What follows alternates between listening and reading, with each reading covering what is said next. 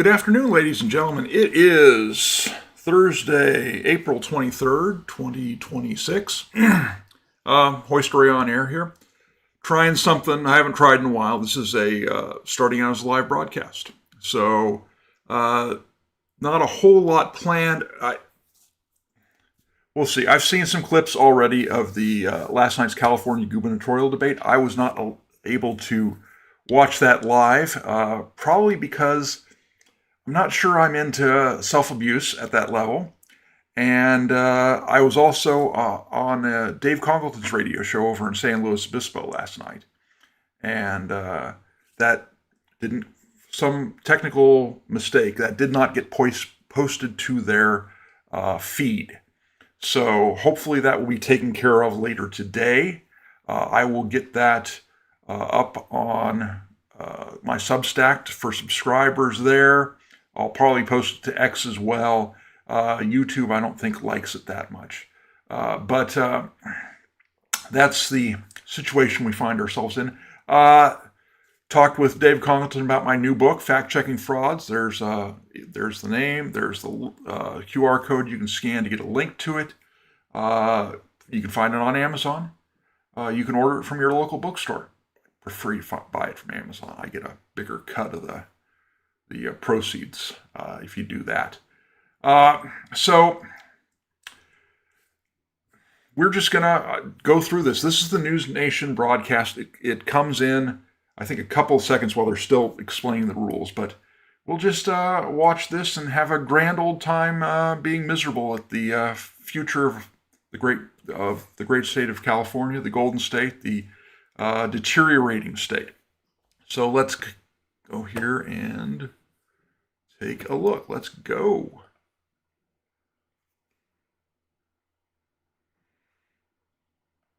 That money goes to pay for road repairs and...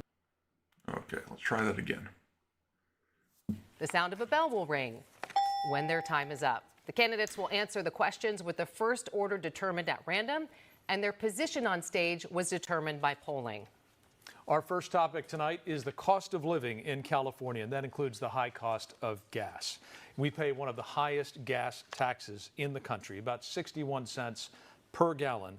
That money goes to pay for road repairs and public transportation. Mr. Steyer, the first question of the night goes to you. Should we cut the gas tax? You have 60 seconds. That grin, I tell you. Let me say that the reason that gasoline is so expensive, that our president, Donald Trump, has started an insane That's not the war reason it's so in Iran expensive. and driven up the cost of gasoline for everybody in California. That has put $70 billion into the pockets of the oil companies who actually put him in the presidency. Wow, this is so dishonest. But you're probably going to hear this 5 times, though. This is so, or 4 times, I don't know. Democrat, 1, 2, Democrat, Democrat, Republican, Republican, Democrat, Democrat. So you're probably going to hear this 3 more times. When gas prices go up, the state of California earns more money. Because although the excise tax is fixed, we pay sales tax on the total price, including the excise tax. So if the price of gasoline goes up, the cost that's part of the sales tax goes up as well. And notice not answering the question. Very good. Californians are suffering across the board. The biggest problem... We were suffering before Trump started this Iran thing. I mean, and we're still suffering because we're still paying more than other states. California is that the Californians can't afford to live here anymore. The answer on this is not to give up the gas tax, but actually to have a windfall profit tax on the oil companies who have been ripping us off for decades. That's on the books. We can activate it right away. We can get the money. He's just dishonest. He's not stupid. He's a rich man. He's dishonest. Here is a president who's out of control, who's driving up costs across the board, and we actually need to take on the special interest oil companies who are taking advantage of Californians and making $70 billion more because of this war. Mr. Steyer, thank you. Ms. Porter, what is your position on the gas tax? You have 60 seconds. Affordability is not a buzzword for me. It's been my life's work, sitting across That from families who have treating been pushed her into bankruptcy, employees like by crap. bills they couldn't pay, helping families avoid foreclosure or eviction when they were cheated by subprime lenders. It is too expensive to live in She hasn't California, done and any I of this get stuff. that. I'm a single mom of 3. I push a shopping cart and We I have fill not up my minivan, which has no addressed the question. 180,000 miles on it. I absolutely feel these pressures, and I think we need to do something about it. What are you going to do? But I also want to be clear, 82% of Californians don't breathe clean air today. And when we look at what that's costing our healthcare system, what that's costing people, we have to continue to make investments That's in so having the typical cleanest for fuel Paul. that Oh we my possibly can. gosh. So I absolutely think we ought to be thinking about how to move away from fossil fuels, and that means moving away from a gas tax What? and replacing that with the general fund taxes. Ms. Porter, thank you. Oh, she's Mr. going to get Manhattan, rid of the do you gas support tax. She's not going to temporarily get rid of the suspending gas the tax. gas tax? She's so Some, she's a including liar. the candidates on the stage tonight, have called that proposal unserious. What's your response? You have 60 seconds. Well, Nikki, Frank, it's great to be here with you this evening. I'm the only candidate on This this guy's stage supposed to be the who's called sane for one. Suspending the I'm gas not sure tax he's and sane. reforming it so it no longer is the most regressive tax in California that's putting That's an undue true. burden on working families like the one I grew up in. Look, I'm in this race because we deserve better answers. We deserve better answers than we've been getting from the other candidates on this stage. We don't need a billionaire who made his money in private prisons and oil and Yeah, gas. attack and him. is Yeah, now there you supposedly go. Against, or Trump's hand-picked candidate or a DC insider who the Sacramento establishment is now rallying around. Let me tell you who I am. I grew up in Watsonville. Not answering the Working class question. Family. My mom was a This teacher. is- My dad was a union mailman. I know what why it you play- means when gas prices go up $1 or $2. This is why, unnecessarily. like, one-on-one Reform interviews the are more gas tax, important, so it's no longer where you can hold poorest, somebody hardest working to people in our state who are account, paying an unfair force them to share answer the maintain question. our infrastructure. Because he's not answering the Mr. Mahan, question. thank you. Frank. Mr. Becerra, you have said you don't support suspending the gas tax. Why? You have 60 seconds. Frank, we need to make sure our roads, our highways, the potholes, we take care of business, because every day people get in their cars, they take transit, they need to get to work, they need to come home. The last thing they need to see is a infrastructure for roads and transportation that doesn't work. I remember when my parents would tell me the stories of when they came with $12 in their pocket. They had to make a life here. They needed to make sure California could work for them. Let's make sure Donald Trump is not starting reckless wars to keep Donald the Trump, prices there we down go. by up to $2 a gallon. Who can hate on Donald Trump more? That Donald Trump started would go away. My parents looked at things like this and said, hey, help me make a living here in California. That's why they were able to, at the end of the day, send my 3 sisters and I to college, buy a house, make it so that they could retire here in California. We need to bring down those prices, but we have to do it the right way. I'll make sure as governor I tackle these crises, because I've been through these crises before and had to handle them. We need someone with He's a horrible experience, human someone being, who by the doesn't way. need on-the-job training the moment they get into the governor's office. Mr. Becerra, thank you. Mr. Bianco, you have said you want the total elimination of the gas tax. How would we fund roads and bridges? You have 60 seconds. So funding roads and bridges is a fundamental responsibility of government. We need to get rid of the rest of all the waste, fraud, and the abuse of the rest of government, which all of the Democrat This policies I'm not over a the big last fan 20 of. years, Is 30 it- years have created. We only have the highest gas. So I'm usually skeptical when someone goes to, oh, we can solve this problem by getting rid of waste, fraud, and abuse. You know, I think on the grand scale of the federal government, that's probably true. That just doesn't work. That there's not enough of it. What I've seen lately here in California with this hospice fraud down in LA and, you know, this other stuff, there might be enough at the state level. If you can get rid of the hospice fraud and you know, put that money towards roads and bridges and all that other sort of stuff, maybe there's something there. So, you know, usually I'm a little skeptical of this argument. He may have a point. Probably not a big fan of getting rid of the gas tax. I think it should be. I think ours should be in line with other states. Ours is, and it is regressive. You know what Mahan said. It's a regressive tax. Everyone pays it. You know, except for wealthy people who can buy Teslas, which I would like to eventually become, because not because I necessarily like electric cars, It's the full self-driving. So let's see. Price in the country because of Democrat policies that are absolutely destroying the oil industry, the automobile industry, and forcing those prices up, forcing our refineries out of the state, forcing our oil companies from drilling in our state. When you send He's right about oil, this. make it into gasoline and send it to across state lines, and it miraculously becomes $2 cheaper, you know that your state is the problem. It is Democrat policies for the last 20, 30 years that are driving the cost of not only gasoline, but the cost of living in California up. We have the highest cost of living in the country because we have had one party, Democrat progressive rule for decades that is destroying this state. Mr. Bianco, let me ask a clarification one more time. How would we fund roads and bridges if you eliminate the gas tax? You have 15 seconds. We eliminate all of the waste, the fraud, and the abuse that's going on where our money is being spent now. The number one responsibility of government is public safety. Number two is infrastructure. And if you look at where California spends its money, infrastructure is way down the line. Don't say that the gas tax is funding Mr. our roads Bianco. because we have the worst roads in the entire country. Mr. Bianco, thank you. Mr. Hilton, you support permanently cutting the gas tax in half and eliminating carbon climate policies.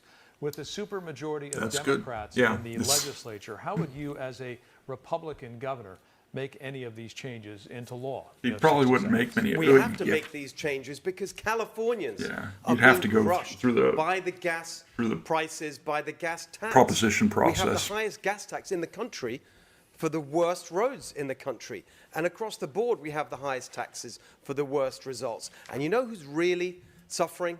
It's working Californians. It's small businesses. Most of my career has been in business. I know what it's Katie like. Porter's to try probably and writing run a down business. who I need The to, costs which that of my are being staffers I need to fire, on our because businesses and the other our ones are workers in kind of addressing the California is question too much. for the And most one way part. or another, She all the was, Democrats "Oh, I here sit are across the part table and of listen to this people." system that obviously isn't working. We need common sense solutions. We need practical solutions. Why are we importing oil from 7,500 miles away in Iraq rather than using the oil we have here in California? Iraq, 7,000 That's the miles kind away? of common sense change that as I think it's governor, farther away I than will be that. there If we to were persuade importing from the Iraq, I don't think we legislature do that because much. they in the end want to help Californians too. And just to clarify the question again, how would you, as a Republican governor, make any of these changes into law with a supermajority of Democrats? 15 seconds. The first point is that to open up California oil production doesn't need the legislature because it's through executive action. The way that they've been closing it down is through an agency of the executive branch called CalGEM, the California Okay, that Department may of work. Geologic and Energy Management. I would replace the people in there and give them a clear instruction to issue permits to our oil industry to produce oil Hilton, here in that California was so 15 we can seconds. cut gas prices for California families All and right. businesses. Thank you very much. Nikki. This next question that is point, you a need to cut his follow-up question mic. is for all of you. Should Okay. electric vehicle drivers pay a mileage-based road tax to fund infrastructure? Mr. Steyer, we'll start with you. You Probably, have but 30 we'll seconds. see. These are their Let me constituents. say this. I think it is critical that California get off fossil fuels. Electric vehicles, starting cost is too high, and I would triple the credit so that people can afford to buy electric vehicles and no longer Not addressing be the question. subject Keep on to the fossil going. fuel costs and the fossil fuel control. Should they be paying the equivalent of a gas tax? Yes. But the truth is, electric vehicles are cheaper. That is our future, and we need to move to it as fast as possible. Mr. Steyer, thank you. Ms. Kind of, Porter, sort of. same I'm not sure question about the to clarification. You have 30 seconds. Should ask for clarification I there. think all taxes should be progressive. The very wealthy, the billionaires should pay more. The Well, problem with a a gas mileage tax tax or isn't a that. vehicle's mile traveled tax is that it does the opposite. It punishes the lowest income Californians, those who have the longest commutes to work and can least afford fancy vehicles. So I think it's important. that we fantasy focus, as I've vehicles. said, There's a out of the line. General fund. We do need to move toward electric vehicles over time, but the reason they're not getting purchased we're gonna force isn't you. See, the range pro- anxiety, it's pocketbook issues. Ms. Porter, thank you. Mr. Mahan, same question to you. You have This is another problem. If somebody wants to buy an electric vehicle, great. The distortion, the twisting of the market by politicians is the reason why we have so many of these failures. So Solyndra, all that stuff is because the market isn't working. And it's because politicians have gamed the market. 30 seconds. I would reform the way we're funding infrastructure by issuing a flat fee on all vehicles, whether they're EVs or gas powered. Right now, gas powered families, disproportionately lower income families, people living in rural communities are paying 3 times more to maintain our roads.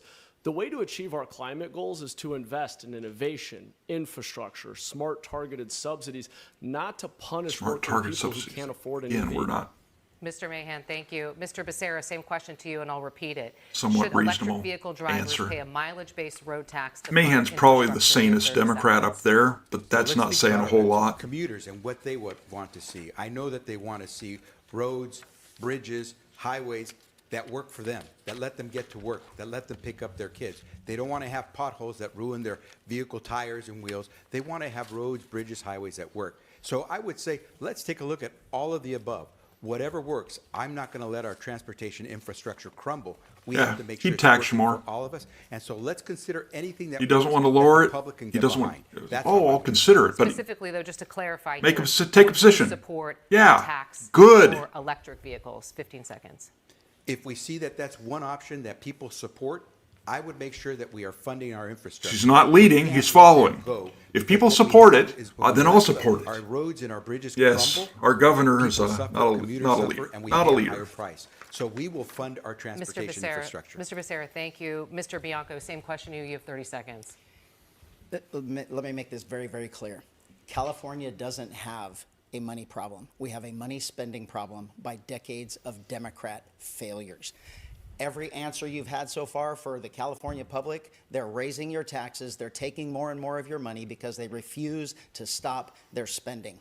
No, I will not support a tax on mileage. No, I will not support a gas tax. It is a government's responsibility to have priorities, and infrastructure is an absolute priority. We are getting rid of all the waste, and we are doing what government is supposed to do. Mr. Bianco, thank you. Mr. Hilton, same question to you. You have 30 seconds. No, we cannot keep going in this direction with Democrats constantly going for their insatiable appetite for more and more taxes for their bottomless money pit. And now the mileage tax, they want to track you everywhere you drive. No, I would veto that. We need to cut spending and cut taxes so that we can give relief to families and businesses. My plan is for $3 gas and your first 100 grand tax free.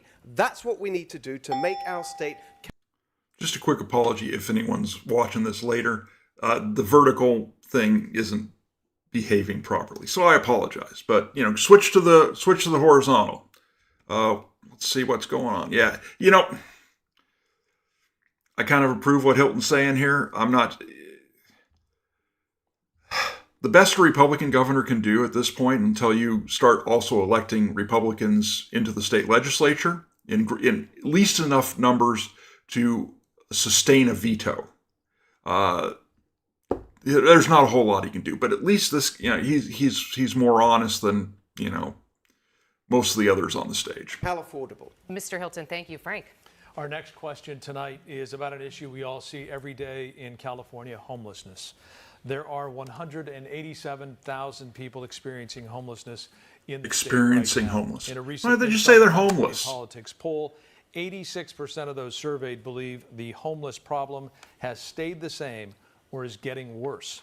We want to ask a question about Governor be interested in Newsom's the breakout on performance that. on homelessness. What letter Is it the grade same? would you I'm give not sure him it's on the same. handling the issue, and what, if anything, would you do differently?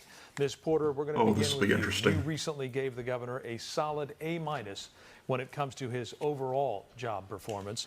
What grade would you give him on homelessness, and what, if anything, would you do differently? You have 60 seconds. I'm a notoriously tough grader, but No, I would you aren't. probably give him a B on homelessness. I don't think this is You're not a an tough easy grader if you problem give to him a solve, B. But I do give him You're a lot of kiss credit ass. for calling attention to the problem. When he campaigned, Oh, before attention to he the was talking problem. about housing when nobody else was.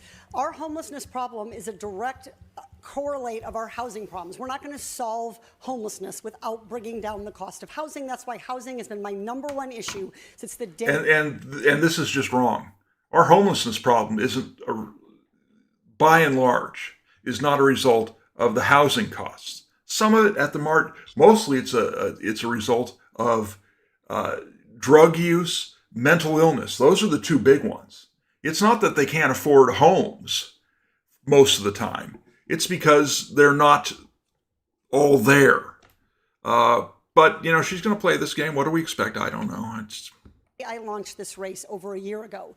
What I would do differently than Governor Newsom is fund homelessness prevention. It is so much more cost effective.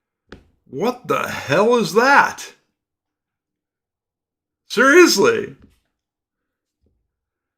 Let's find out. So much more humane. Oh, it's better. To prevent families from becoming homeless in the first place. That's not and most making of sure them. that if they do lose their home, that they're able to land in an interim housing or shelter situation. We can't solve this problem because the problem keeps getting worse. For every person we put into permanent supportive housing, somebody else loses their home and takes their place. That's why Californians don't feel like we're making progress despite spending significant money. Ms. Porter, thank you very much. Mr. Mahan, you've given Governor Newsom grades ranging from A to D, depending on the issue. Can we get an F? What Can we get an grade F? would you give him on homelessness? Can we get an F? And what, if anything, We're gonna get an would you F. do differently? You have 60 seconds. Well, Frank, look, the assessment does depend on the issue, and I'm going to leave the letter grades to you and all the pundits out there. Chicken! Let me tell you what we've done in San Jose, because we've created a model for the rest of the state.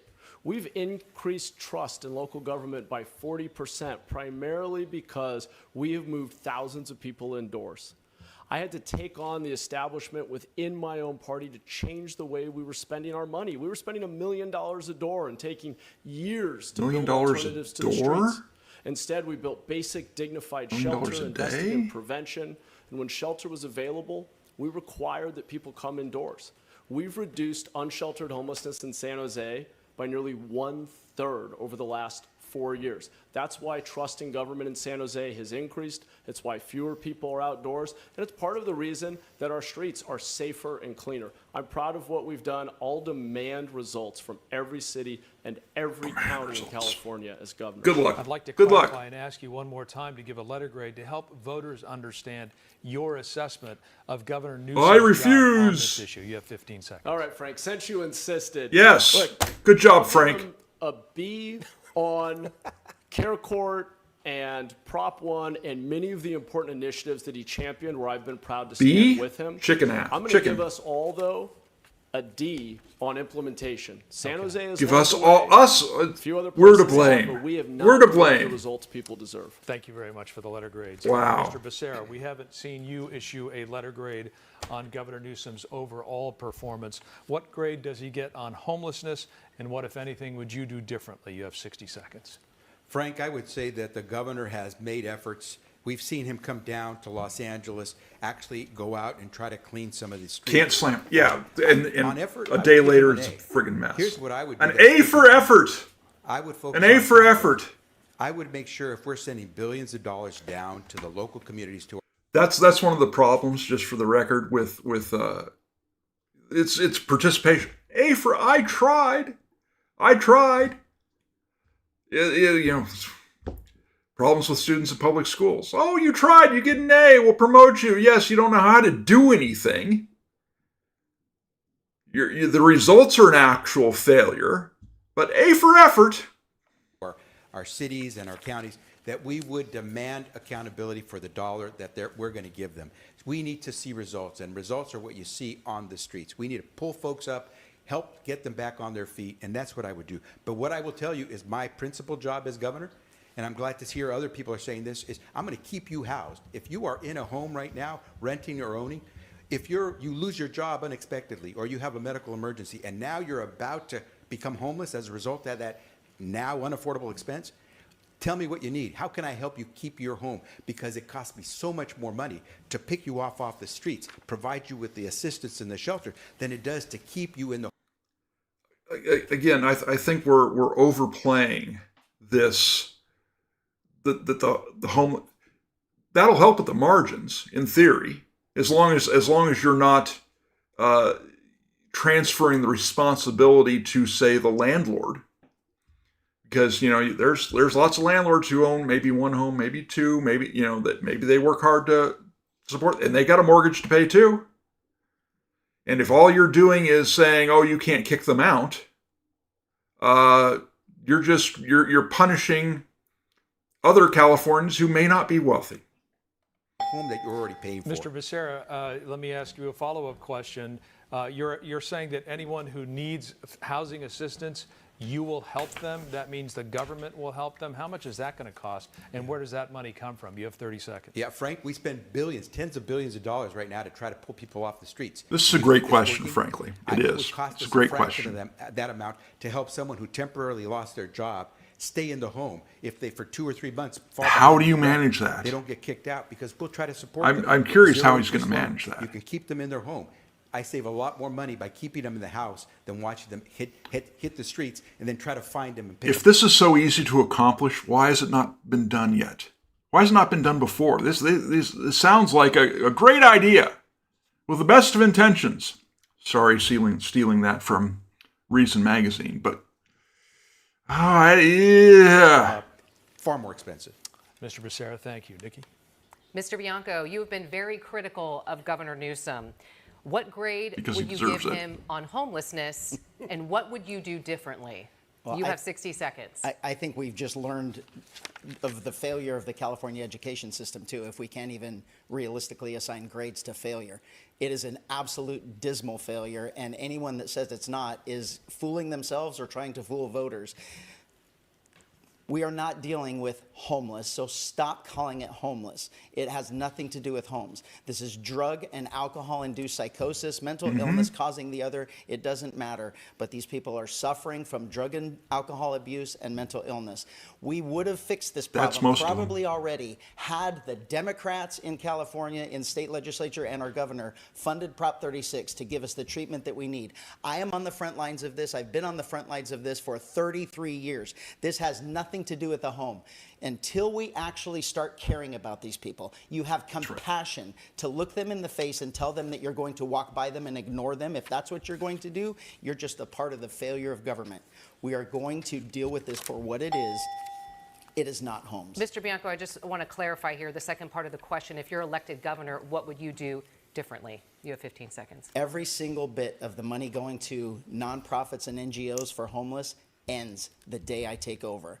And a small portion of that will go to the funding of the drug and alcohol treatment centers that they need, the mental health treatment centers that they need, and then more importantly, Mr. Bianco. the combination of Mr. drug and Bianco, thank alcohol. you. And Mr. Good Bianco, answer. thank you. Good Mr. answer. Hilton, you've given the answer. governor an F on Yep. his overall performance. When it comes to homelessness, has he F done minus? anything right? You have 60 seconds. Well, by the way, I'd love to be in your class, Katie. If you get a B for what Gavin Newsom's done on homelessness, my goodness, of course it's an F. It shames our state, the situation with homelessness. We have about 10% of the US population, around 50% of the country's homeless population. And as for Javier praising Gavin Newsom for the Xavier. photo op where he tried to pretend he was cleaning up a homeless encampment, literally Gavin Newsom did that 3 times in a row. Nothing changed. And nothing will change if you have one of these Democrats in power. It will be more of the same. My plan is a common sense 3-point plan.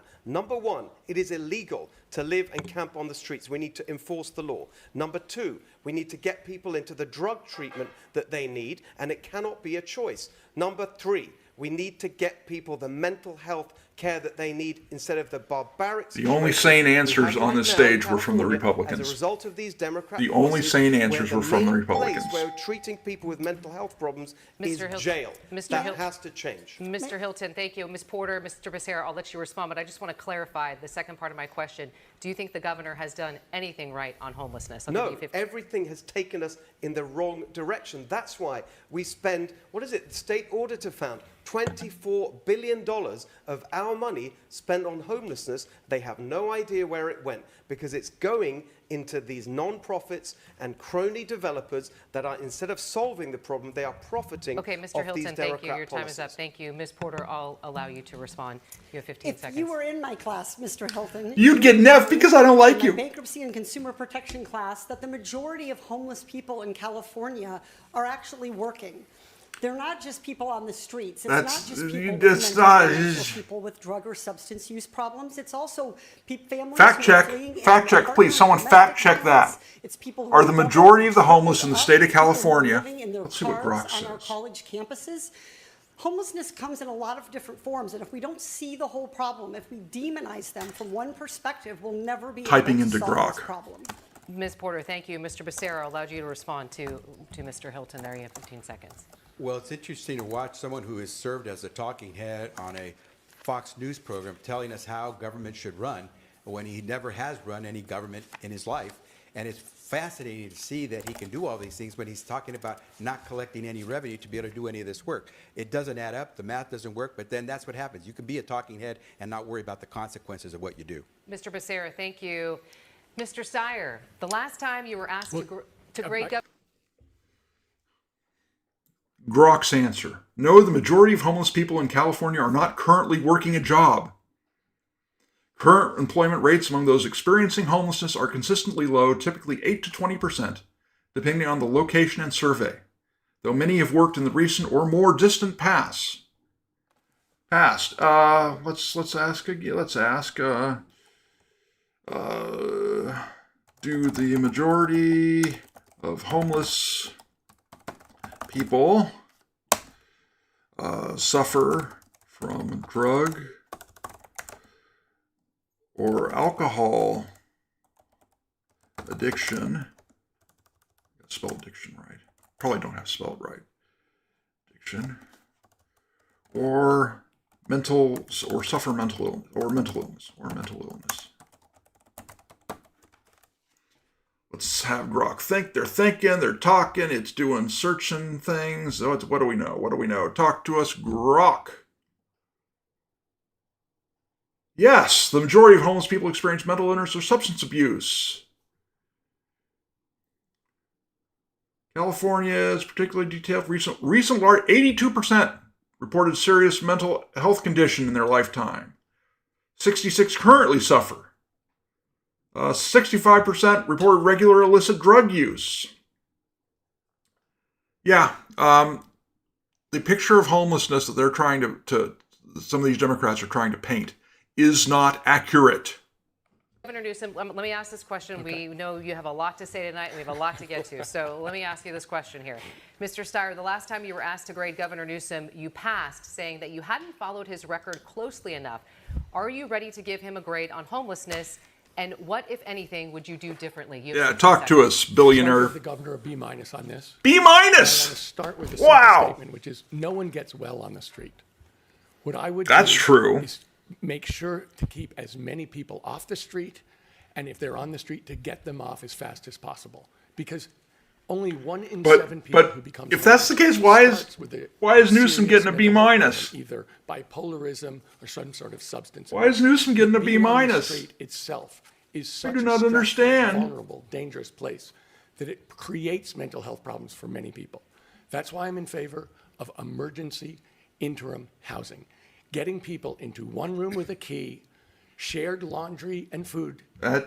You don't have to be clean. It worked. I'm not sure it works. And you can bring your animal. If you don't have to be clean, that's not going to solve a problem. Cities to be walking. Something else from them to vandalize. To be safe walking down the street. Treat like crap. This problem gives us a chance to rejuvenate our inner cities, to make them vibrant, and a place where we're going to build more housing. And nice shoes, Steyer. And Mr. Steyer, seriously, to clarify that last part, when you said get people off the streets and into housing, is that something that you would force them to do? Well, let me say this. The point about emergency interim housing is this.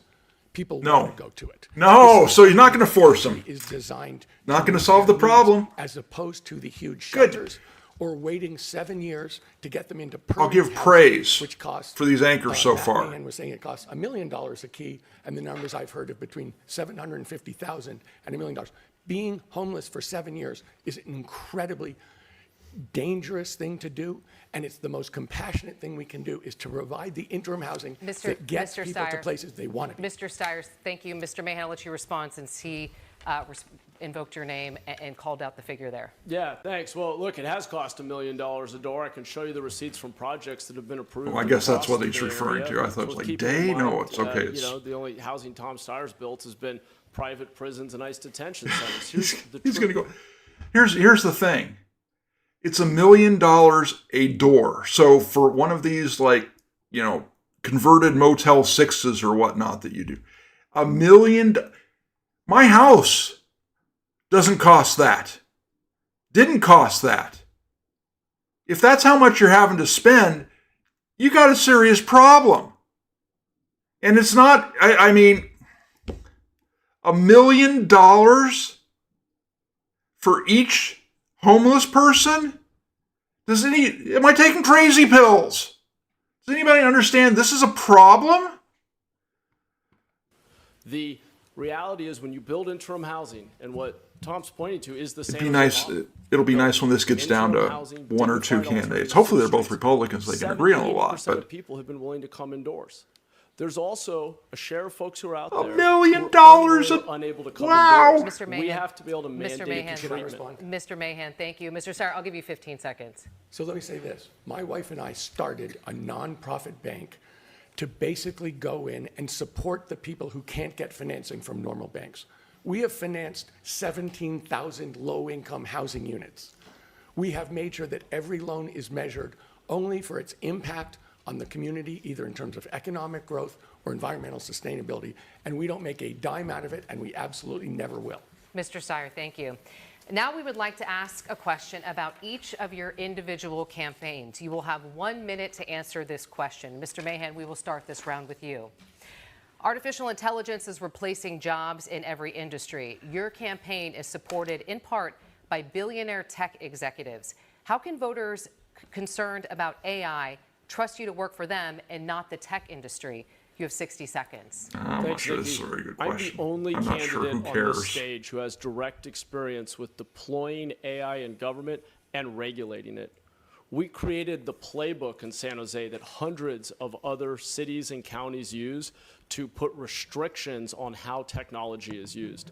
Being the mayor of the largest city in Silicon Valley, I am at the forefront of these technological changes. I know that these tools can be harnessed to do great good, to make government more efficient and more responsive. We've sped up buses and improved language access. That'd be hilarious. But I also understand the risks to privacy, misinformation and manipulation, job loss, which is why we've put strict regulations on our use of technology that other cities are following.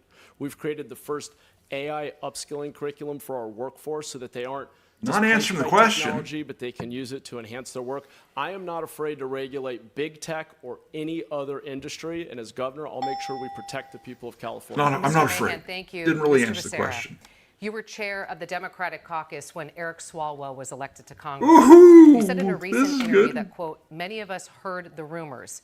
What rumors did you hear, and should you have pursued the rumors as a member of Democratic leadership? You have 60 seconds. Yes, talk to us. You hear rumors all the time about all sorts of things. Rumors are not facts, and the caucus, the Democratic caucus, is not a place that adjudicates those things. It's law enforcement that does. If someone had come forward, not our fault. and have investigations. I say that as the former Attorney General for the state of California. Not When I was responsible. Attorney General, we did go after sex trafficking. We did go after those who abuse of young women and take advantage of them. We did prosecute people. There was an individual who was a religious leader who was taking advantage of young women. We prosecuted that individual. Today he is in jail for his crimes. We have gone after people, but we go after them based on evidence and based on facts. Unfortunately, we have a president today who would go after someone let's get based Trump. on rumors. That's not the way we do it in Trump. America. Get We Trump. have to have the facts. Rumors are one thing, but getting the facts really gets you to move. And let me just applaud those courageous survivors who stood up and told America what the truth was. And today, Why couldn't you Judge encourage them Roberts before? facing accountability.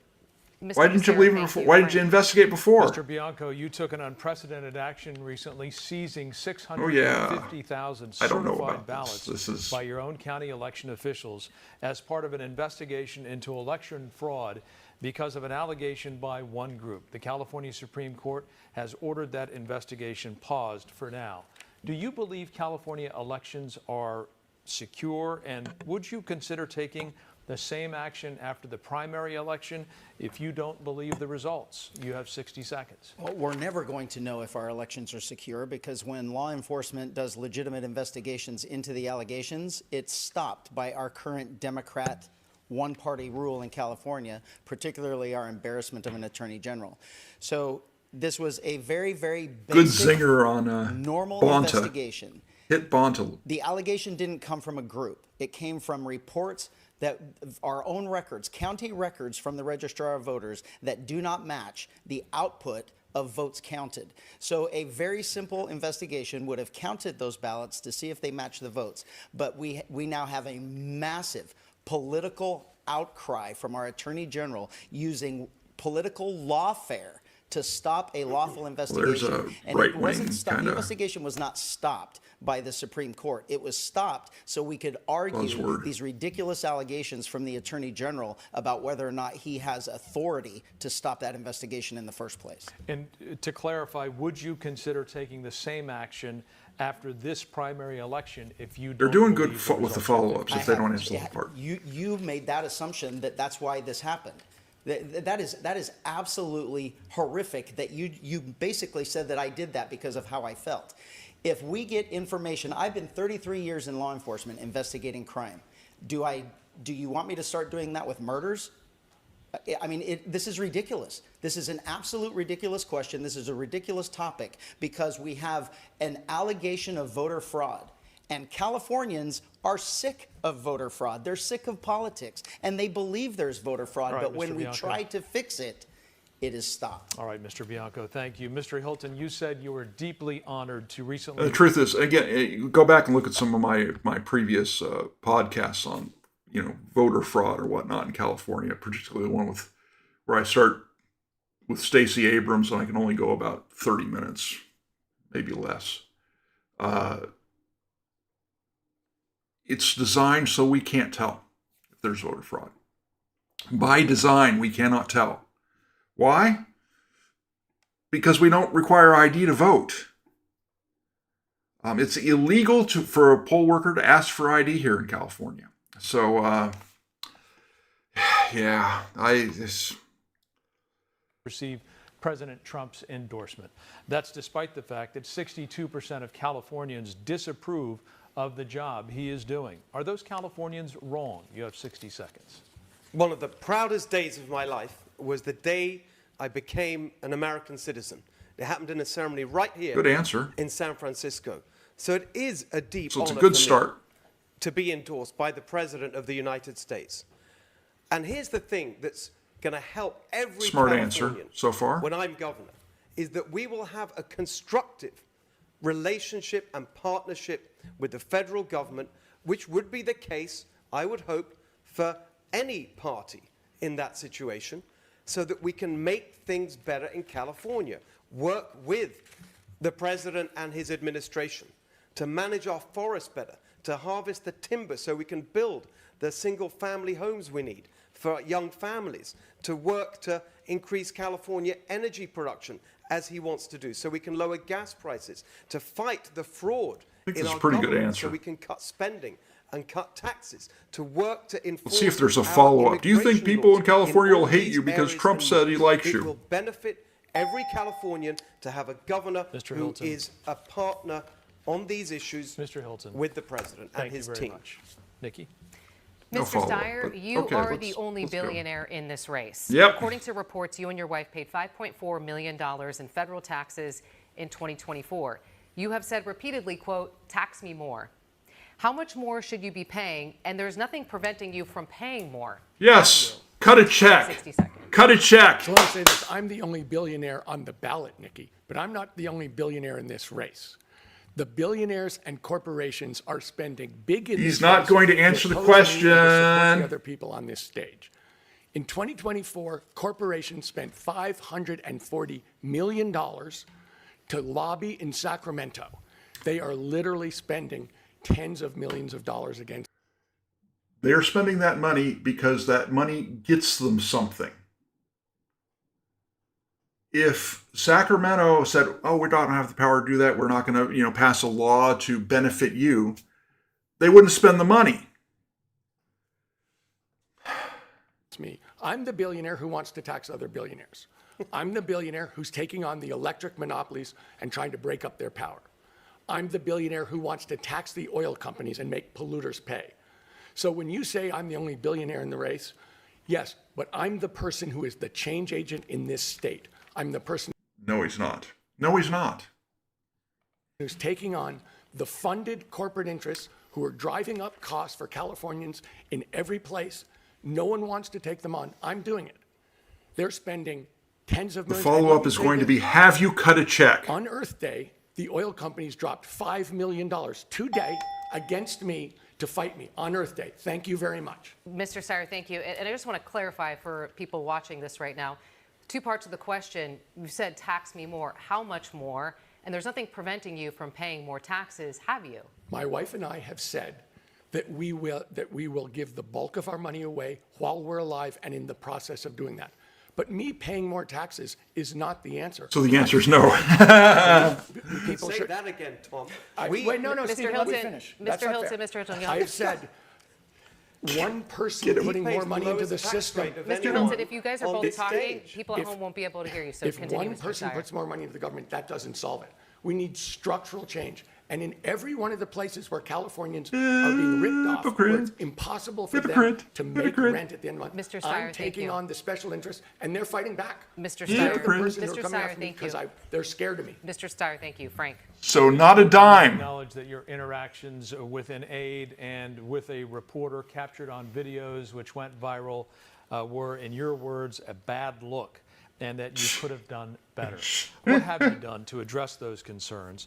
And as a person Are you who seeing a frequently shrink speaks about your anger different management parents on the issues? campaign trail, what would you tell your own kids? Shouldn't if say they were viral facing a videos. boss like that? You have 60 Should seconds. say anger I management. apologized that day to that staffer 4 years ago, and I took responsibility then, and I have taken responsibility since, acknowledging that it was not the right way to treat someone. And that is a big contrast to what we have seen other candidates do when they have been called out for misconduct.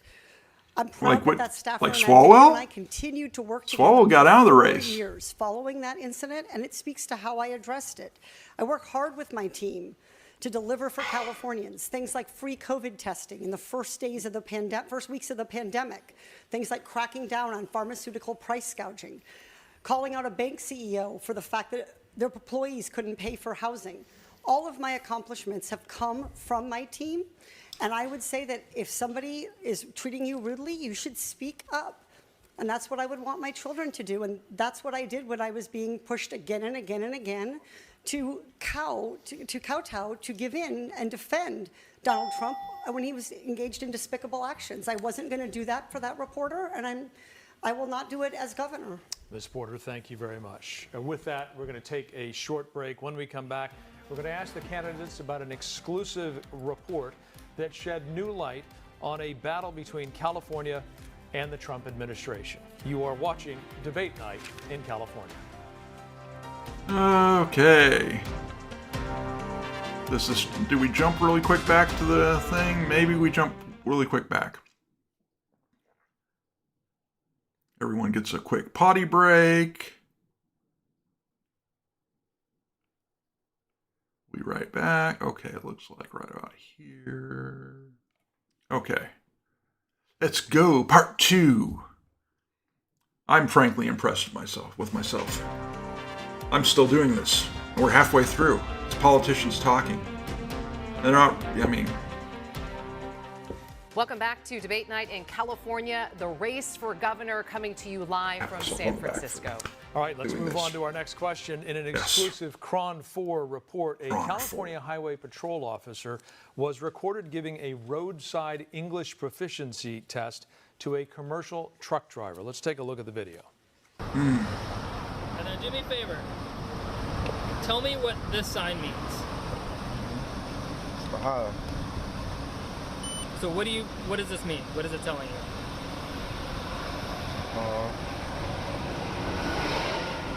What does this sign mean? This video is captured following the U.S. Department of Transportation withholding $40 million in funding, saying... I'm going to pause. I had seen some, the GOP had kind of cut some of these clips in response to this. That some of these that you're going to see here in a few minutes from some of especially the Democrats. And I had not seen this part of it. They hadn't shown this investigation.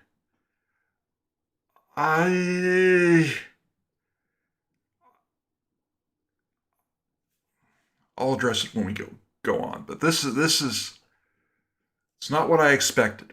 California is the only state in the country that refuses to ensure big rig drivers can read road signs and communicate with law enforcement. Mr. Becerra, we begin this round with you. Should the CHP be giving English proficiency tests to truck drivers? And if not, would you as governor push back against the Trump administration on this policy? You have 60 seconds. I would definitely push back on the Trump administration on, again, a reckless policy. I would make sure that that officer understands that he cannot discriminate.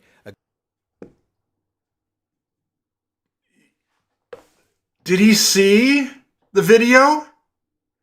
The guy. What's this sign mean? It means. What the hell is that? I was looking at Grok earlier. There's somewhere north of, in the past year or so, there's somewhere north of a dozen people in this country who have been killed by truck drivers, commercial truck drivers, driving big rigs, who got a license from California or Pennsylvania or one of these other states, and they can't read the dang signs. Americans have been killed over this, and oh, you can't ask this person based on how they look if they can, tell you what a road sign looks like, or what a road sign means they're supposed to. This is insane. Against any the driver bubble is for not crazy. having a basis to do so.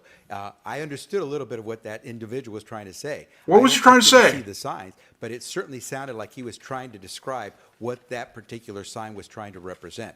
And so we have to be very careful that we're not profiling consumers in California, drivers in California. It is against the law. And our police officers, while they try to do the best job of keeping safety, have to understand they have to abide by the rules and treat everyone, every motorist, the same way. And so if that I feel like I'm officer taking had crazy somebody pills again. qualified, let's take a look at that. But let's not find that people are being discriminated against because of what they look like. Is that officer asking everyone he pulls over to explain those road signs, or is he asking only people who look like me? And if he's doing that, then he's violating the I think law. he'd figure out really Just to quick that you could clarify, read the do you damn think CHP signs. should be giving English proficiency tests? As far as I know, the academy does not train CHP officers to be giving English proficiency. Holy exams. So that officer has some explaining to do.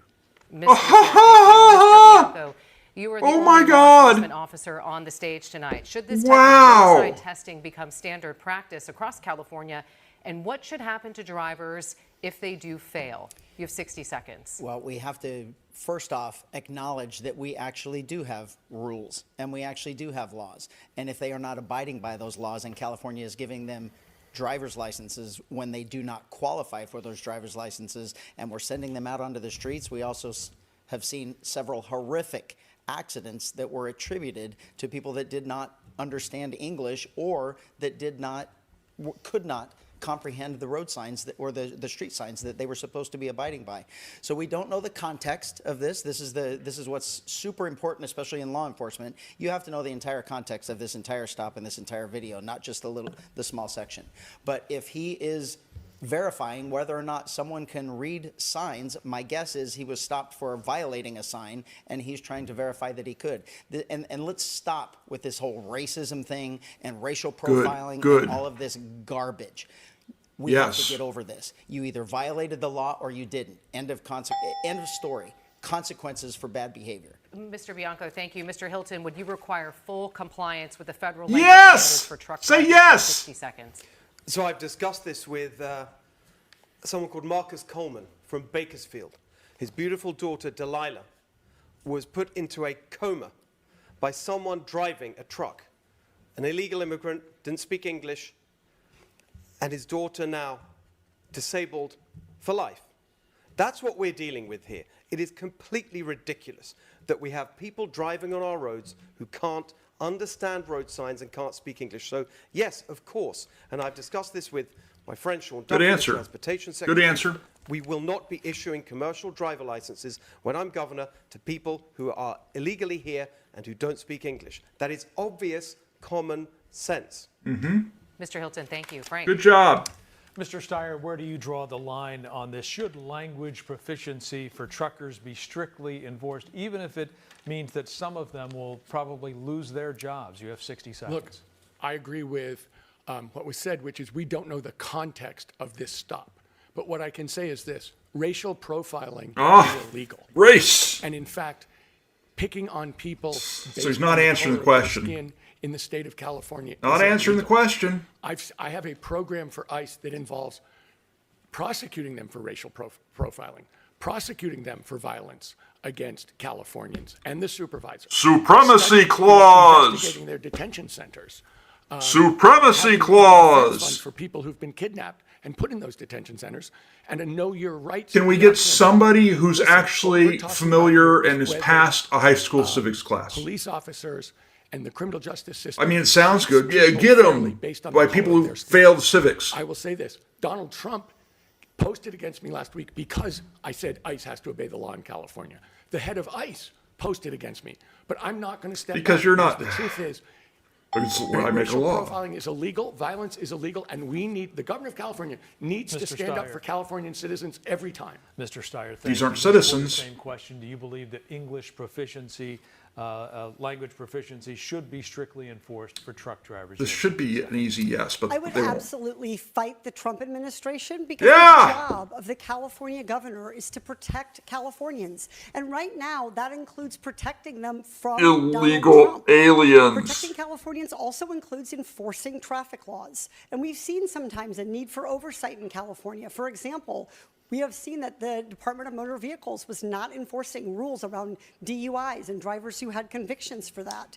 I am stunned that Mr. Bianco would say to Black and brown Californians and immigrants who are being terrorized and racially profiled that you have to get over racism. It's not something that you get over. It's something that you fight. And if he doesn't understand the importance of that, he has no business representing a state with a diversity. So dishonest. Ms. Porter, thank you very much. Mr. Bianco, I'll give you 15 seconds to respond. Yeah, again, that's not even close to what I said. What I said is we're Californians, and I'm speaking for them, especially from law enforcement, when I deal with persons of color every single day, Californians are absolutely sick and tired of our politicians making race the basis of everything. It is not. And this racial divide that they are pushing between law enforcement and the public, or Democrat and Republican, absolutely has to stop. And I'm telling you, we are sick of it. Mr. Bianco, thank you. Mr. Mahan, as Good a answer. mayor of Good a answer. city in which 42% of the residents are foreign-born, do you believe that English proficiency tests for truckers are necessary? You have 60 seconds. No, Frank, the right answer No. here is clearly to hold the DMV accountable for ensuring that every driver on our roadway meets the qualifications for the license that they have. That's the appropriate answer to do this. And as the mayor of not only So one of the how do you most check diverse that? big cities in the country, but the safest big city in the country, let me tell you what creates real public safety. It's rooted in trust. When people trust the law enforcement officers who serve the community, it means that residents are more likely to report crime, to serve as witnesses, to provide evidence. We made San Jose the safest big city in the country by building that trust between law enforcement and the community that they serve. That will be my priority as governor, but we should never lower the standard that agencies like the DMV enforce. As governor, I will also ensure the most that every reasonable state Democratic agency answer. lives up to its responsibility. Clarification, English proficiency, 15 seconds. Exams? The DMV has exams, and it's not about whether or not you speak English. I represent one of the most diverse cities and the safest city. What the DMV is responsible for doing is not testing how good your English is, it's whether or not you're a safe driver who understands the rules. All right, Mr. Mahan, Which thank you. includes This is another round where you understanding all enough get English to so take that you can questions. follow the We're rules. asking for a yes or no answer here. Good If you luck. do not finish in the top two on June 2nd, will you endorse your party's nominee? Mr. Steyer, we will start with you. Yes or no? Yes. Do you want me to go to elaborate, or is it just yes? Yes or no? Yes. Yeah, I said yes. Thank you, Mr. Steyer. Ms. Porter, Absolutely, yes. I guess we are going to let you elaborate, so I'll go back to you, Mr. Steyer. I'll give you 15 seconds. Let me put it to you this way. If there's a Republican in the race, that Republican will be supported by and also supporting Donald Trump. Donald Trump is raising our gas prices. Donald Trump is kicking 1 to 3 million people off Medi-Cal, Donald Trump is, he is trying to punish Donald Trump, Donald California Trump, Donald every way he Trump, can. Donald Trump. And the people who are supporting him are also supporting I wouldn't vote us. for. I It haven't. is I've never it is voted for him, illegal but I wouldn't vote for him organization either. that is terrorizing Mr. Steyer, and thank you. victimizing Mr. Californians. Steyer, How thank can you. I Trump, support Trump, that? Trump. Every Mr. Democrat Steyer, is thank you. bad. Ms. Trump. Porter, I know that you said yes. Your response. Yes, absolutely. And I have a track record of supporting other Democrats. Mr. Steyer likes to talk about his giving pledge, but what he's done with his own money is more give me an opportunity to be the governor. I think it's really important that we support other cares? Democrats. I've campaigned for Who other cares? people in purple seats. I've raised money for other people. I was a successful fundraiser and a successful campaigner, and I've used that to beat Donald Trump everywhere we can, and I would do the same thing in this race. Ms. Porter, thank you. Mr. Mahan, we'll come to you if you Not don't finish in running the top about- two on June 2nd. you're not will you running endorse your against party's Donald Trump. nominee? You have 15 seconds. Well, we don't have party primaries, but assuming there's a Democrat and a Republican, I'll endorse the Democrat, but I will make very clear to them and everyone else that the best resistance to Donald Trump is delivering results in people's lives, just as I've done as That's- the mayor of the third that's a largest good city in answer. the state, where we're building thousands of homes. Mr. Mahan. He's the sanest Democrat. He does not have a prayer. He does not have a Mr. prayer. Mahan, thank you. Mr. Becerra. I'm not same saying he's question. good. I'm just saying he's the sanest What we need is Democrat. the best person who can fight those who are attacking California, like Donald Trump. Someone who's actually taken Donald on Trump. Donald Trump, not just fought, but won.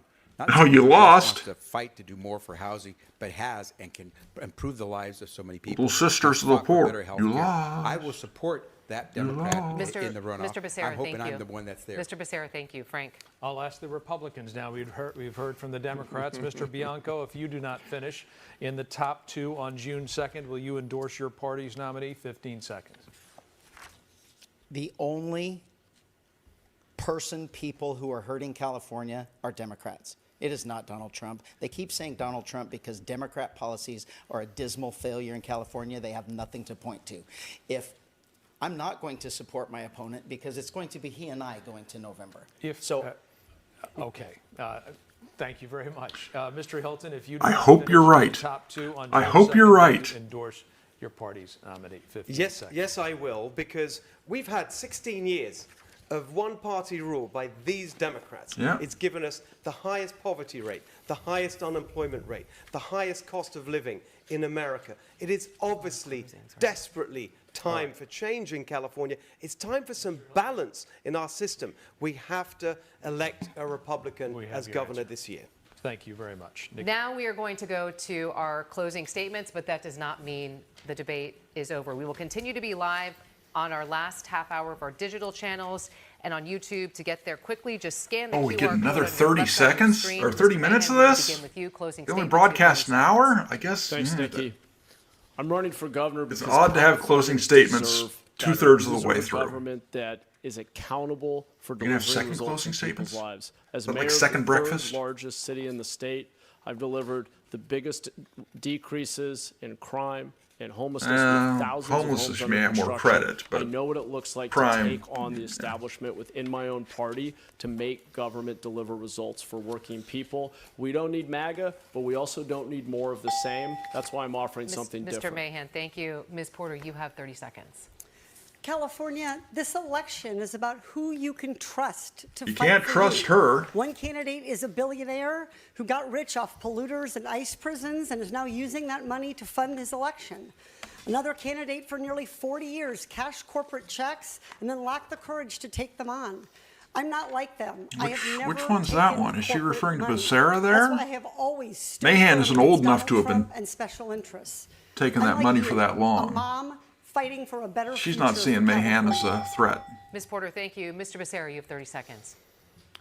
California is going through a crisis, and we need someone who knows how to govern in crisis, not Which someone who's ain't going to you. need training wheels the moment they walk into the governor's office.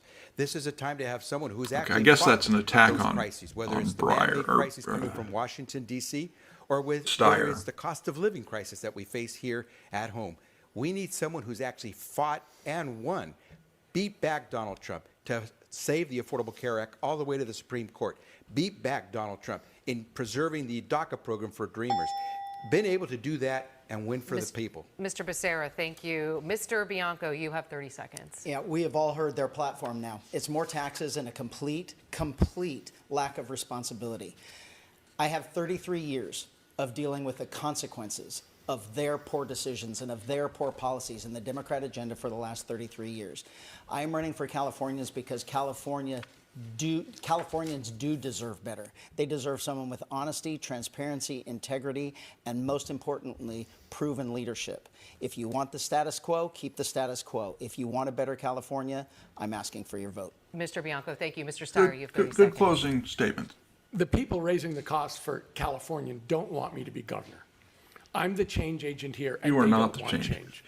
And in politics, it's pretty easy to figure out who you are by seeing who opposes you. If you can't and who say supports anything you. Let me different, tell you who can't say opposes that me. Newsom's The doing oil bad companies, stuff. then- PG&E, the realtors, the drug companies, Donald Trump, and the head of ICE. Let me tell you who supports me. Progressives, environmentalists, organized labor, including teachers and nurses. all the ones causing the problems. None of these people are fighting anybody else of these. No one else on this stage is having these corporate special interests oppose them. They want to stop me Mr. because Steyer, I'm thank going you. to change Mr. Steyer, California. thank you. Mr. Hilton. He takes closing other people's statement, money you have and other people's time. We obviously need change in California. The system is not working. I'm the only one here who has never run for office before. I'm not part of this system. These Democrats can't get it done. Matt Mahan talks about his record in San Jose. Actually, homelessness and crime are going up. Javier Becerra talks about his time in government. He thought it was a good idea to put masks on 2-year-olds. We need real change in California. We need to think different. I'd love to We see need to vote Becerra's different. response to that. My plan to make our state Cal-affordable is real and serious, and we can get it done if we just vote differently this year. Mr. Hilton, thank you. All right, with that wraps up the first hour of our debate tonight. We want to thank all of the candidates, first of all, for being here. We hope you will join us for another half hour of the debate, including your viewer questions. We're streaming live on your local Nexstar station's Plus channel. You can also watch it by scanning the QR code on your screen. We will see you right back here on your digital channel in 2.5 minutes. Okay. Did they jump right to it? No, we got 2.5 minutes. This stuff. Let's see. Let's get back to it. For the cost of housing, Mr. Mahan, we're going to. When they're this long, it's tough to get the little things. So This is the question. What is your Okay. plan to lower the cost of housing? Mr. Yes, Mahan, we're going to what's the start with question? you. You have 60 seconds. Thanks, Nikki. In San Jose, we were approving thousands of housing units, 20,000 housing units over the last 7 years Okay, or so that weren't getting built. I led us through a process of looking at the data and recognizing that we in government are often in the way. We did hard things. We sped up permitting. We've used new technology to make it easier to apply. And most importantly, we reduced one-time fees that look good on paper, but were blocking the very thing we need, housing and opportunity for people.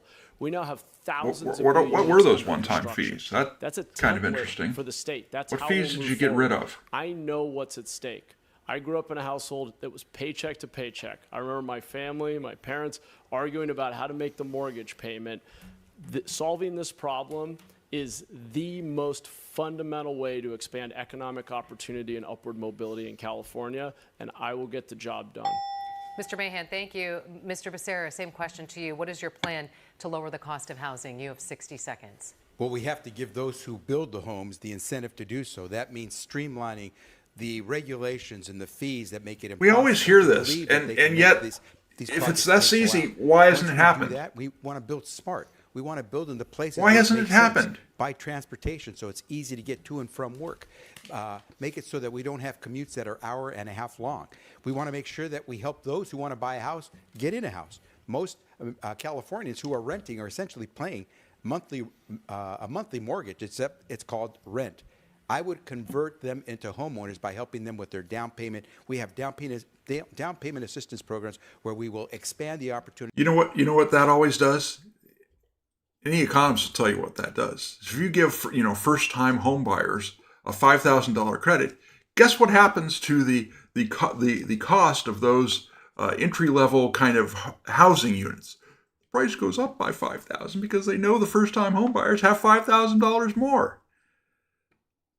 For a renter to become a homeowner. And the next thing I will do is in the first 100 days, I will make sure that we get all those projects that are essentially shovel ready, ready to go. And there are some 40,000 housing units that are shovel ready. They just need a little kick over the finish line. Then why hasn't that been done? It's a small tranche of money they need, or getting rid of some of the licensing requirements they need. Mr. Becerra, thank you. Mr. Bianco, same question to you. What is your plan to lower the cost of housing? You have 60 seconds. We're going to all be honest about the problem. The problem is California state government. California state government created this housing problem. It is not that we can't afford a house. It's that builders can't afford to build a house because of the excessive regulations on our building industry, along with every other business and industry in California. On day one, I remove all of those regulations from our building industry that will allow. If you can, that would be nice.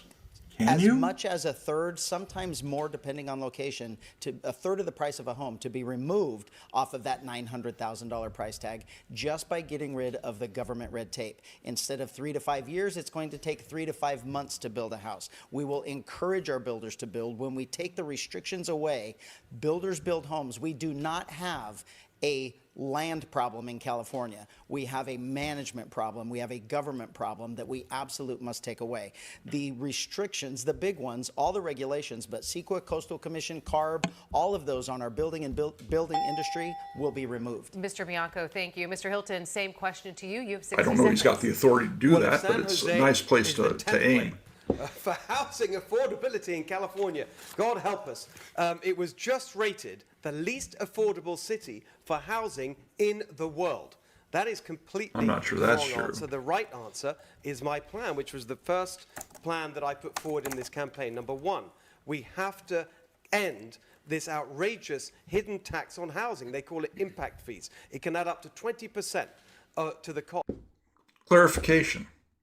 I use a search engine. San Jose ranking housing affordability. San Jose has been ranked as the least affordable city for first-time homebuyers. Good one. Cost of a home. Secondly, we have to reduce the extreme environmental regulation. Oh, I didn't read far enough. San Jose's average home price is about $1.37 million, which is significantly higher than the average income of $86,605. For a two-income family earning a combined $173,210, it would only buy about 54.6, I don't know what that means, 54.6% of a property. Yeah. World's least affordable city. February 3rd, that was just a few months ago. Wow. That make it 3 or 4 times as expensive to build the exact same home in California as in neighboring states. Number 3, we have to end the exploitative union lawsuits that are filed to block housing that extract project labor agreements that make the cost so much higher. And number 4, we have to end the war. That little grin from Steyer. That's interesting. We can build the What's what's Steyer's answer going to more be? starter homes in California. Mr. Hilton, thank you. Mr. Mahan, I'll give you 15 seconds to respond to Mr. Yeah, Hilton. thanks. San Jose has been the most expensive city in the country since before I was born because of all the jobs created there. I know that because my parents had to move 50 miles away, even though my mom grew up there, just to afford to buy a home. What I did as mayor, though, was take ownership of the problem, unlike all the talk you're hearing on this stage. We Ownership of the reduced fees, problem. better permitting, and now we have thousands of Mr. homes under Mahan. construction. Mr. Mahan, thank you. Mr. I own the Steyer, problem. same question to you. What is Still your a plan to problem. lower the cost of housing? You have 60 seconds. Look, the biggest problem in California is that Californians can't afford to live here, and the number one problem there is housing. And I've seen people who have So what are you gonna do? full-time jobs who are still having to live in their car. But if we're going to solve the housing problem, and I've said we'll build 1 million units, it's not a silver How are you bullet gonna do like some of that? These people are suggesting it's silver buckshot. Yes, we have to shorten permitting and make it less expensive. We made a first step on it last year. We'll make more. 2, we have to redo zoning so that we build denser and around public transportation. 3, we need to drop build the homes cost per people square don't foot of want. building. There are ways to do it. Industrial construction away from site and then putting it together on the site drops the cost per square foot by a third. And lastly, one of the biggest reasons it's hard to build houses here is the cities and counties don't want it because they can't afford to take care of the people who are in the houses. I've said on day one, I'll call for a special election to close a corporate tax loophole. Cities and counties don't want more housing because they can't afford to pay for the people who would live in the new housing.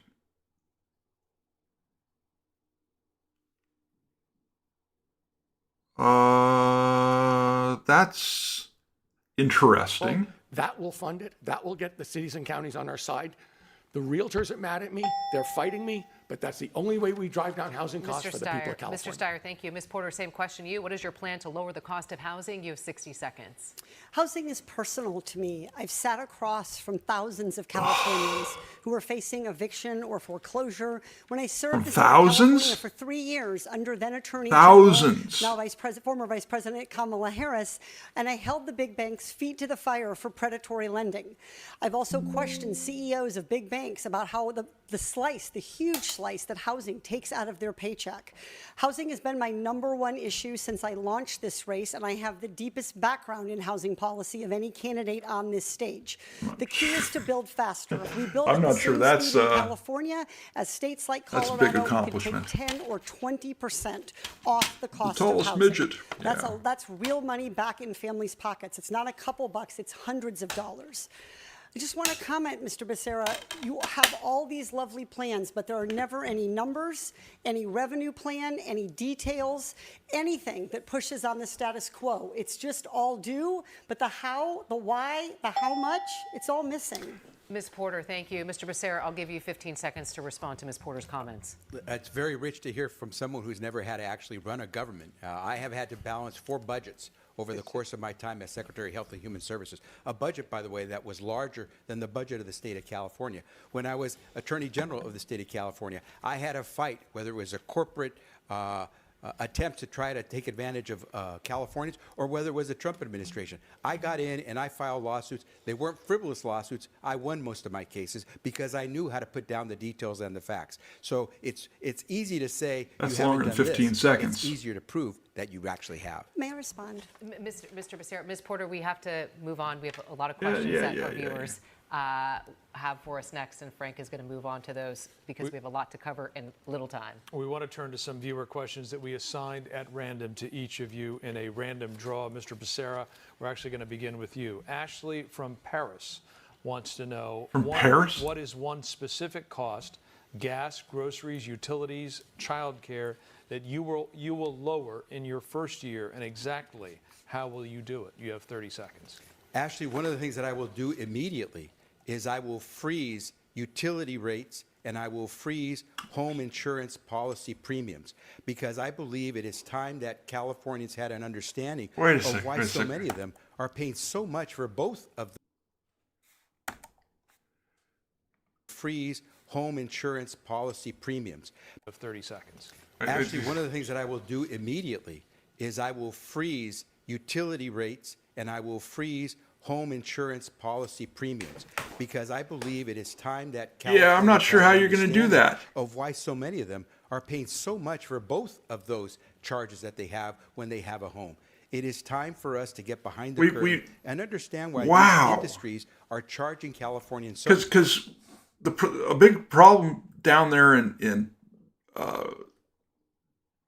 L.A. that burned up was the insurance companies won't insure homes because they can't properly assess for the risk. And so Becerra's promising to make it worse. Got some balls on him. And in some cases, dropping Californians from their insurance policy without explanation, charging twice as much. It is time for us to freeze those so Californians benefit. Mr. Becerra, thank you. Mr. Bianco, you get the next question. This is Greg from Placerville who wants to know, what is your position on automatic license plate readers, flock safety systems, and broader issues of mass surveillance? You have 30 seconds. So I'm a huge proponent of flock camera systems, and not flock, but the type that the ALPRs for law enforcement. They have been a game changer for law enforcement. It's not about the misconception. I want to ensure him. We don't know you're driving the car from those license plate readers. They read license plates, that's it. And we are able to find criminals who use vehicles for that.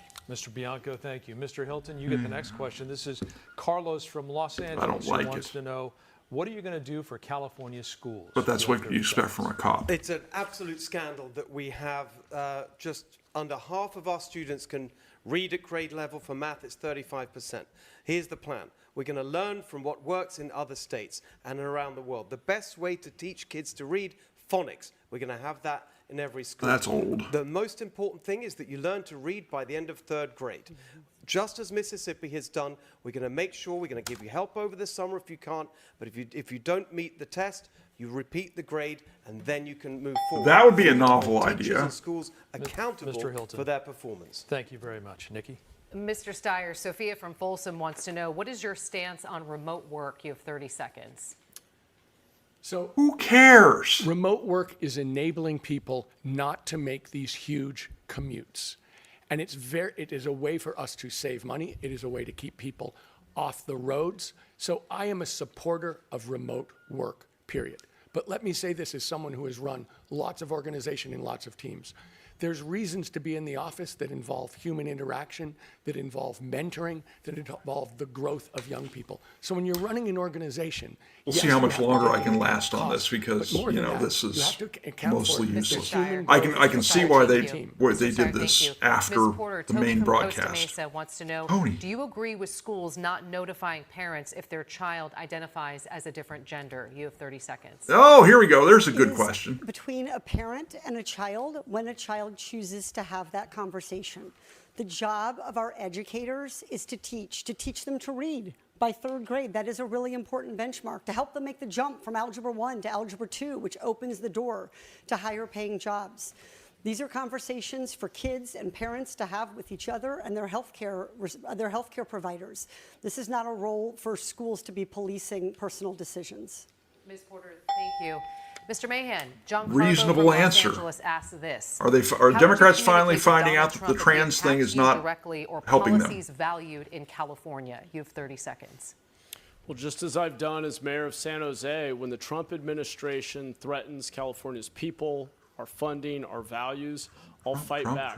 We'll use the courts in San Jose. We've sued this administration over a dozen times. We've funded legal services for our immigrant neighbors.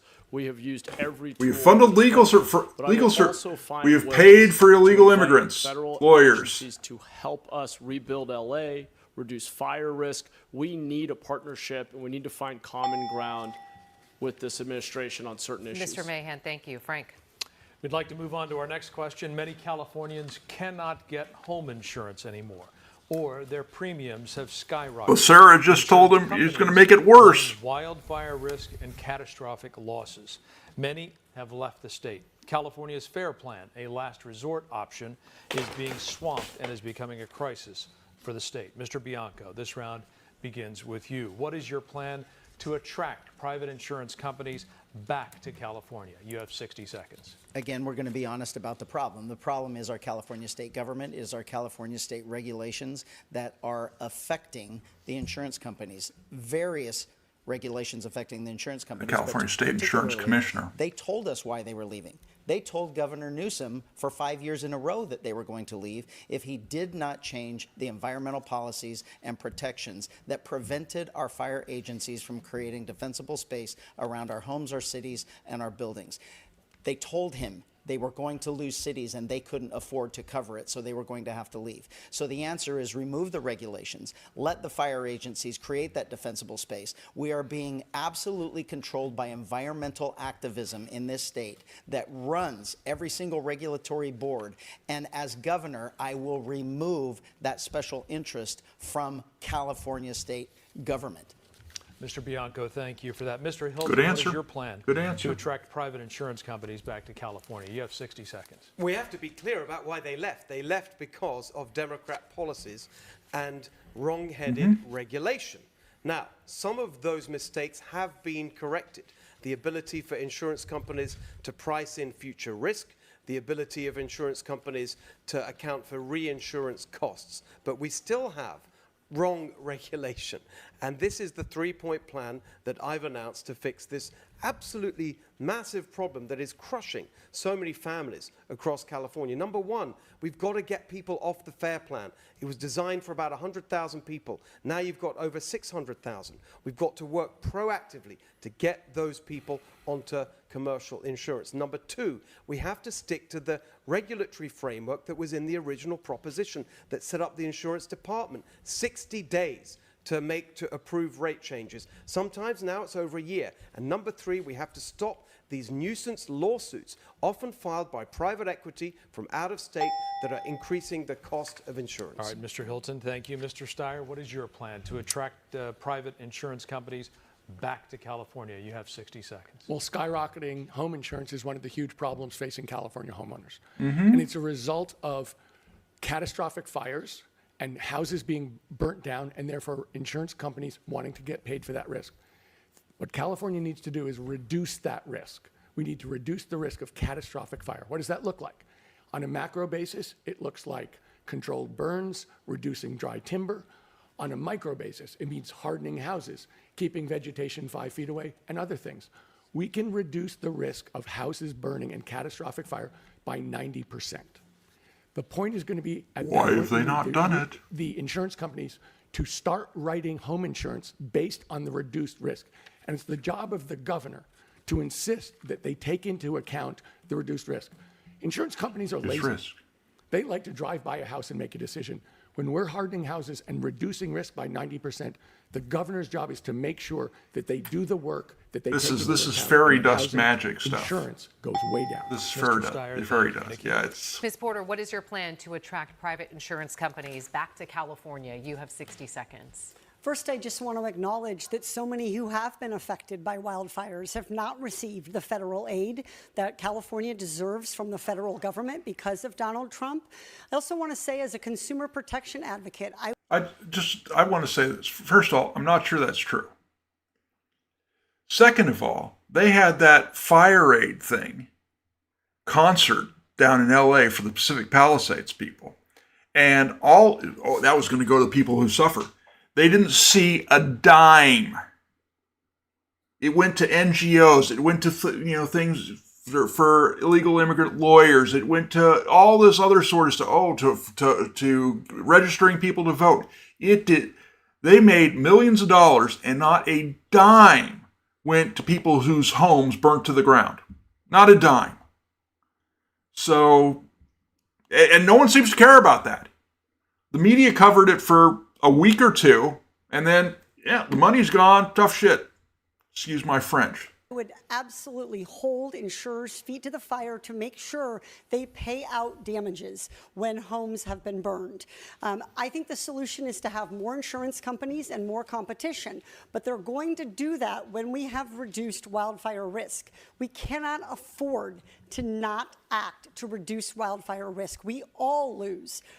Families who lose their homes more than others when we face these kinds of and they have done jack squat. So fighting climate change and fighting wildfire risk is ultimately how you reduce the number of people who are forced onto a fair plan. And the thing is, if you do prescribe burns, well, that puts more CO2 in the atmosphere. We can't do that. I mean, they play this, both sides against the middle. That is unstable and not financially sustainable for taxpayers. Ms. Porter, thank you. Mr. Mahan, same question to you. What is your plan to attract private insurance companies back to California? You have 60 seconds. Well, Nikki, I've walked through the Palisades and Altadena with families who have lost everything, and I've seen firsthand what's broken. As governor, I will take responsibility for ensuring that we better manage our public lands. We have to reduce the fire risk at the edge of our urban areas so we're not putting homeowners at risk. And when you have those catastrophic fires, it pushes up costs for everyone. We need to bring the private insurance market back, force them to compete with one another on value, allow them to appropriately price risk. And when they play games, as we've heard in some cases, of switching adjusters and dragging out the process of paying out claims, they must be held accountable by the state, and I'll make sure we do that. Mr. Mahan, thank you. Mr. Becerra, what is your plan to attract private insurance companies back to the state of California? You have 60 seconds. I won't be as lenient as some of the responses you've heard. I believe that it's time that we get behind the curtain and find out how these insurance companies are operating, because there are still people in Altadena and Pacific Palisades who have not been paid on their claims from back in January 2025. That is ridiculous. Every month they paid their premiums. Some people had never filed a claim, yet when they finally filed this claim for these wildfires, they still can't get an answer to the question how much they get and when they'll get it. That is not right. we should hold their feet to the fire. I'll make sure that Everyone- we take on all the issues of wildfire. You know, it's a cliche, but when the subject is wildfires and people's homes burning to the ground, maybe we should use a different one. Just a suggestion. Fire mitigation. Sure, you have to harden your home. We have to make sure we don't have developers building in high-risk areas. We'll do all those things. But first and foremost, insurers owe those consumers, those people who paid their premiums, responses. They paid their premiums. They are owed a response on their claims. It's ridiculous that people have had to wait more than a year. That is not the way you treat a customer. Mr. Becerra, thank you. Frank.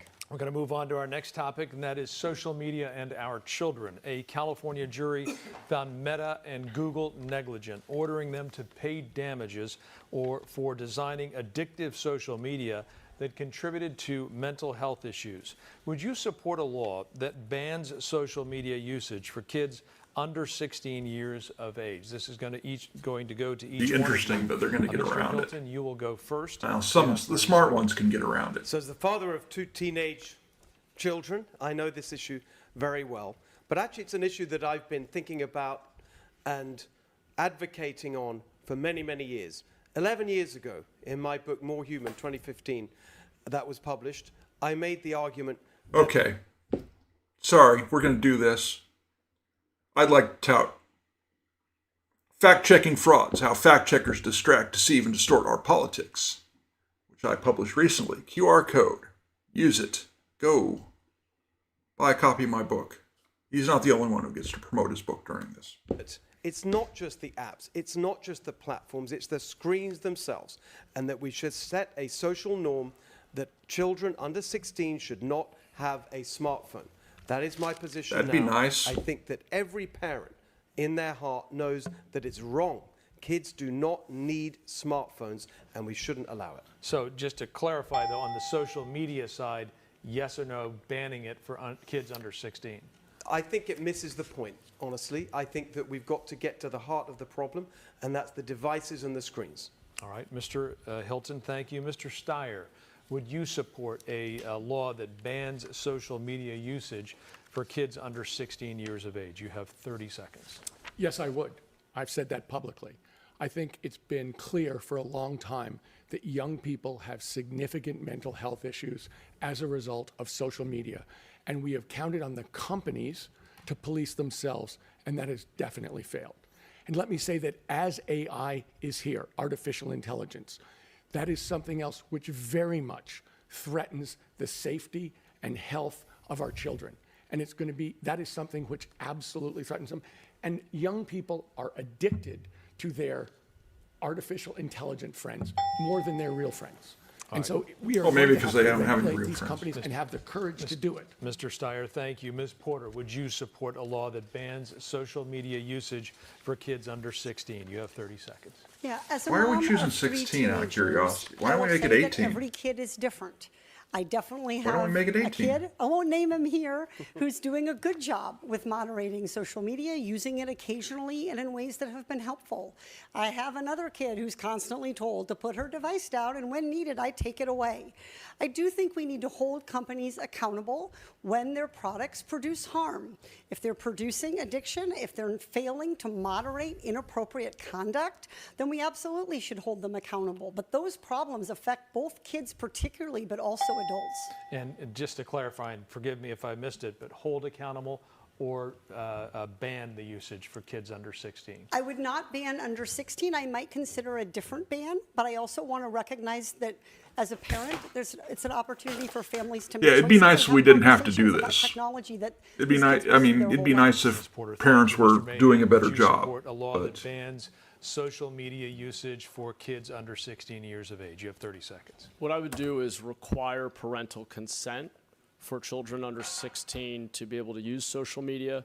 I would also ban cell phone use during the academic day in public schools all the way Yay. through high school. That'd be great. Destructive Go, go, to go. give kids products that their brains aren't fully developed and able to use safely. And so I would put those restrictions in place. I That'd think be a good parents move. should Go have for it. ultimate control. Hey, in that's this something we can get situation. together I'm raising- my on wife and I are right and raising left. 2 little kids that are 8 and 6 years old. We limit screen time. Mr. Mahan, same clarification. You say require parental consent. Are you yes or no on banning it under the age of 16? The reason I would require parental consent under 16 is that there are lots of educational tools that may have social components that might connect students. There could be applications that make sense, but parents should have control over those decisions. Mr. Mahan, thank you. Mr. Becerra, would you support a law that bans social media usage for kids under 16? 30 seconds. Addiction is dangerous. Yes, I would absolutely work with legislators to make sure we can enact such a law. Kids have died as a result of their use of social media. Kids are going into this, Kids have died because of their, spiral downhill, listening to where they're not Democrats doing too, anything so we should but probably get rid of playing Democrats. with their phone. It is Just time saying. for us to act. And I will tell you, as a former Attorney General, I will enforce that law to make sure we are able to manage our children's development over the lifespan.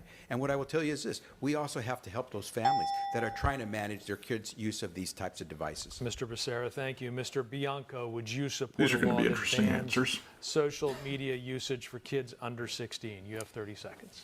No, that's up to their parents. I think it's interesting that drugs create mental illness too, and yet California Democrats have made drugs legal in California, but now we're going to ban social media because it creates a mental health issue for kids under 16. We know it creates mental health issues for adults.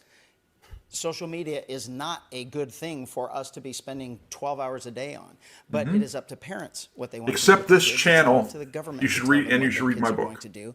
And I agree, there are far too many Buy my book. educational benefits to these platforms than there are dangers, but it's up to parents. All right. Mr. Bianco, thank you. Kind of like that answer. Time's winding down. I'm- As I we like like to the say in TV, we're libertarian gonna switch gears and ask a bit of a lighter question answer. so people watching can get to know you on more of a personal level. Keep your answers a bit short here, but gonna answer since these- we're on the these are gonna streaming be platform stupid now, questions. we want to know, what was the last streaming show that you watched? Mr. Steyer, we'll start with you. I think the last streaming show I saw was probably Marshall's. Marshall, streaming It show was, of Marshall. you know, Okay. Yep. Ms. Porter, last streaming familiar with show that. that you watched. I took a lot of heat from my kids for this, but I was watching Heated Rivalry. Okay. Oh, of Porter, course. thank you. Yeah, Mr. there you Mahan, go. Last streaming show that you watched. It's the one with Kerry Russell. I think it's called The Diplomat, The or Diplomat. something. The Diplomat. Yeah, it's pretty good. Mr. Mahan, thank you. Mr. Becerra, last streaming show that you watched. I wish I could tell you that I have time to watch streaming shows. I can't tell you that I'm much of a TV watcher. All right, Mr. Becerra, thank you. Chicken. Mr. Bianco, last streaming show that you watched. I don't stream and I don't watch TV. Okay, Mr. Bianco, thank you. Mr. Hilton, last streaming show that you watched. We're in the middle of it right now is Reacher. One of my sons really enjoys that, probably more than the rest of us in the family. But it's been good fun to watch together. Mr. Hilton, thank you. Thanks to all of you. Thanks to our candidates for being here this evening. And we want to say that, oh, I'm sorry, did we not Yes. ask someone? Yes, no, Okay, we're ready to go. everybody got their answer I in. thought we missed someone. We want to make sure we know what you're. Okay, there it is. Those are your gubernatorial candidates. I hope Bianchi's right. Bianco. I hope Bianco's right. Bianchi's fun too. That's firearms. I hope Bianco's right. I hope he and Hilton get through to the through to the end, and I lived through the whole Torricelli thing in New Jersey. I've seen what's happened earlier this week in Virginia with them passing a redistricting, which obviously in multiple ways violates Virginia's own laws. If it comes down to Bianco and Hilton as the top two vote getters in the primary, watch for the courts and the state government to pull something to get a Democrat on the ballot. Probably not any of these that ran, but some other Democrat on the ballot. They will try. Someone will try that because it can't be allowed. Now, I'm not sure if they're going to try and do something before primary election day by telling a couple of them to get out of the race. so that they can coalesce around another one of the Democrats. But it would be chef's kiss if it was Bianco and Hilton. I can't tell you who I'm going to vote for. It's going to be Bianco or Hilton, and it's probably going to be whoever's trailing a little bit, so I can make sure that, do my small part for making Democrats' nightmares come true. Thanks for joining me. This streamed originally live, so if you missed it, and most of you did, because not many people watched. But hey, it's I'm going to share it on my regular channels. I'm going to post this to X. I'm going to post it to Substack. It's already here on YouTube. Take a look at it. It's I know the national elections and Congress and the presidency are always kind of sexier when it comes to who you vote for and how you vote and when you vote. But ever since I saw that, I think it was a T-shirt or something, or maybe it was a meme, or maybe it's become both. But it makes the point that the mayor in Jaws 2 was the same as the mayor in the original Jaws. And that illustrates the importance of voting in your local elections. So again, thank you for joining me. Thank you for taking a look. Maybe I'll do some more live stuff. I don't know. I don't want to be on a schedule, mainly because I can't meet a schedule. But buy my book. Again, look, I will post my appearance on the Dave Congleton Show last night as soon as it is available. Again, they had some technical difficulties which didn't get it put up properly last night. I was asked some really good questions, some really thoughtful questions by Dave's listeners. So I encourage you to check that out. Thank you for joining me. Tell your friends, tell your enemies, tell people you like, tell people you hate. Thanks for joining me. Have a wonderful day.